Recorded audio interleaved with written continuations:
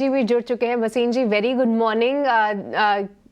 सबसे पहले एक बार बाजार पे भी क्विकली आपसे जानना चाहेंगे। देखिए, कल की एक भारी गिरावट देखने को मिली, रिटेल इन्वेस्टर्स का भरोसा फिर से लाइए सर। आपके अपडेट्स और क्या कोई नए स्टॉक्स फोकस में रहेंगे? हाँ, गुड मॉर्निंग सृष्टि जी, आपको, अजय और अभिषेक को। तो बाजार इन्वेस्टर का तो अपने आप भी थोड़ा सोचना चाहिए ना, जब प्रॉफिट आता है थोड़ा बहुत इनकैश कीजिए। अब ये तो राइट था कि मिड कैप में ओवरबॉट रीडिंग है, अब आप बोल दो सेबी ने कह दिया, फेड की मीटिंग है, वो सब एक कारण होता है। एक लेवल था जहां आप देख रहे थे डाउ न्यू हाई पे जा रहा था, हम वहीं स्ट्रगल कर रहे थे। मैं अभी भी सोचता हूँ लार्ज कैप स्टॉक्स में थोड़ा सा ध्यान कीजिए, वहां वेटेज बढ़ाइए और मिड कैप में थोड़ा पैसा लीजिए off the table for whatever reason. लेकिन करेक्शन जब आती है वो अनअनाउंस आती है सृष्टि, वो कह के नहीं आएगी और पेनफुल होती है। होएवर हमें लगता है कि अब ये बाइंग अपॉर्चुनिटी है, क्योंकि certain section of the market particularly PSU, OMCs, आपके मेटल स्टॉक्स, वहां पे बहुत शार्प करेक्शन आया है।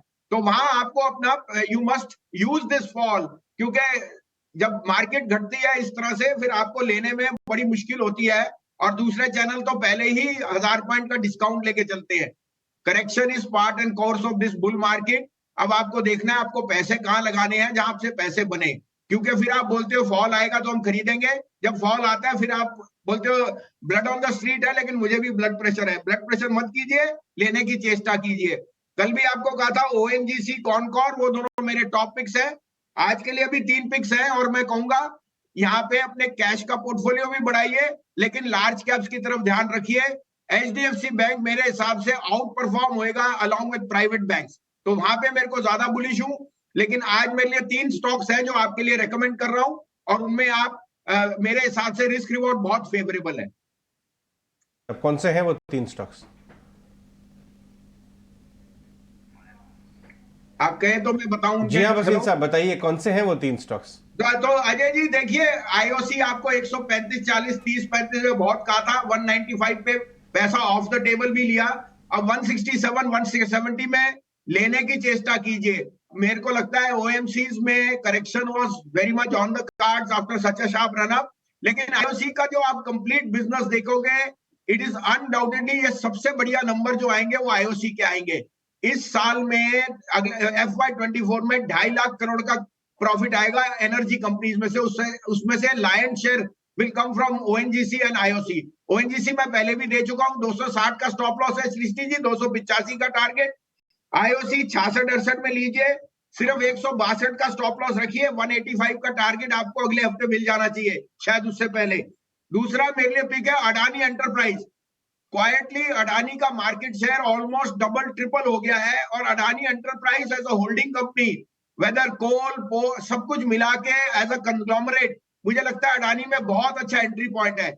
मुझे 3550 का न्यू हाई दिखता है इसमें।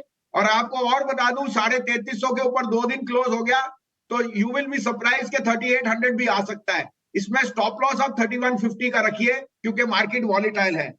तीसरा एचपीसीएल, जो आप 600 पे चेस करते थे, अब 500 रुपए आ गया है। यहाँ रिस्क रिवॉर्ड बहुत फेवरेबल है, 488 का स्टॉप लॉस रखिए, और मुझे लगता है 550 का टारगेट इसमें आपको मिल जाना चाहिए।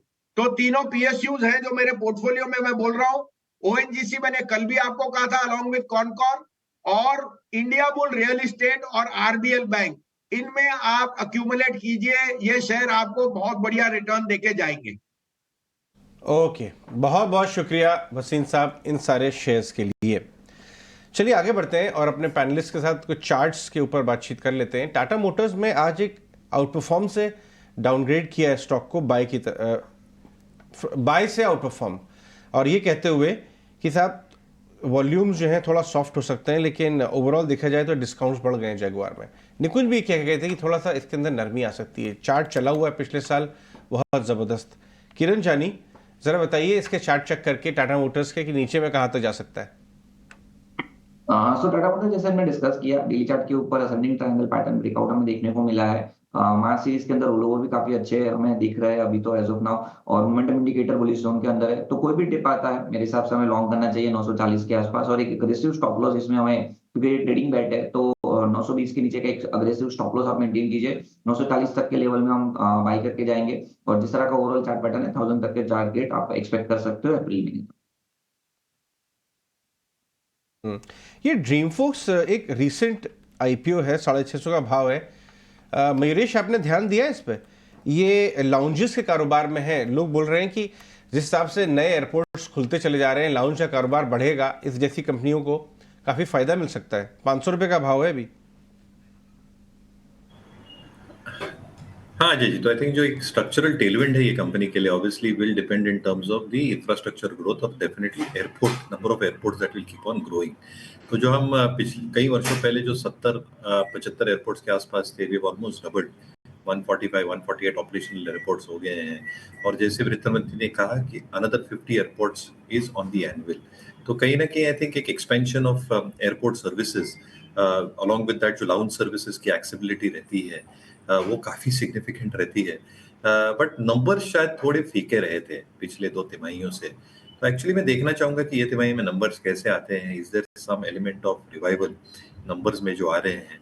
और दूसरी चीज I think, I am sure Ajay ji आप भी एयरपोर्ट गए हो इन द रिसेंट पास्ट, इतनी गर्दी होती है towards lounge because of the accessibility कि पीपल आर नाउ प्रेफरिंग इतनी लंबी कतार के बजाय आई थिंक बाहर ही कहीं खा लें। तो कहीं ना कहीं दिक्कतें जरूर हो रही है, but I think numbers will do the talking. So let's see how the numbers come. ठीक है, ड्रीम फोक्स को लेकर ये व्यू। और रत्नेश जी, आपसे ज़रा बजाज ऑटो पर व्यू चाहेंगे।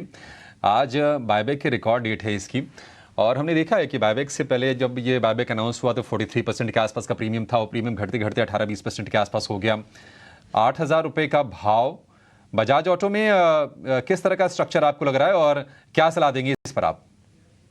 हाँ, बजाज ऑटो में कंटिन्यू हाई फॉर्मेशन बन रहा है। अभी भी चार्ट पे किसी तरह की खास विशेष कमजोरी नहीं दिख रही। कल का फॉल जरूर आया था, बट अभी भी इस तरह का कोई कमजोर स्ट्रक्चर नहीं करा है। यहाँ पे मुझे ऐसा लगता है कि शॉर्ट टर्म एवरेजेस के पास में हो जाके कहीं ना कहीं सपोर्ट ले लेगा ये।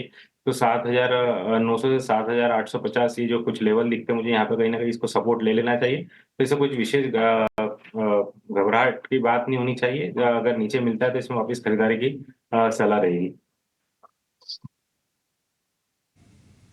ठीक है, नीचे आने पर खरीदारी की सलाह है। आयुष, डेल्टा कॉप में हमने कल लगातार दूसरे सत्र में कमजोरी देखी और कल तो दिन के निचले स्तर पर शेयर बंद हुआ। क्या इसका कमजोर होता हुआ और ये शेयर दिख रहा है डेल्टा कॉप का?